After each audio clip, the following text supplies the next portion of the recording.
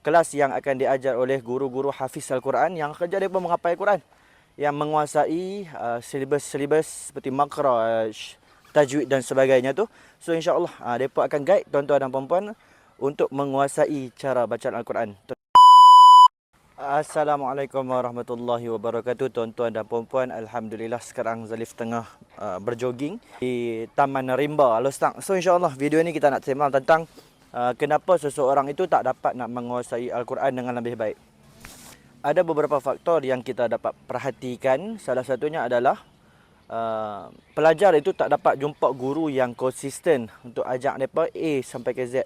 Tak dapat konsisten ajak mereka tentang makhraj huruf, macam mana nak sebut huruf. Tak dapat konsisten dengan kelas. Kelas ni tak ada, kelas tu tak, kelas ni tak ada. Dan ada juga yang ibu ayah ataupun orang dewasa ni kan, mereka busy. Jadi sibuk untuk nak pergi ke kelas secara fizikal.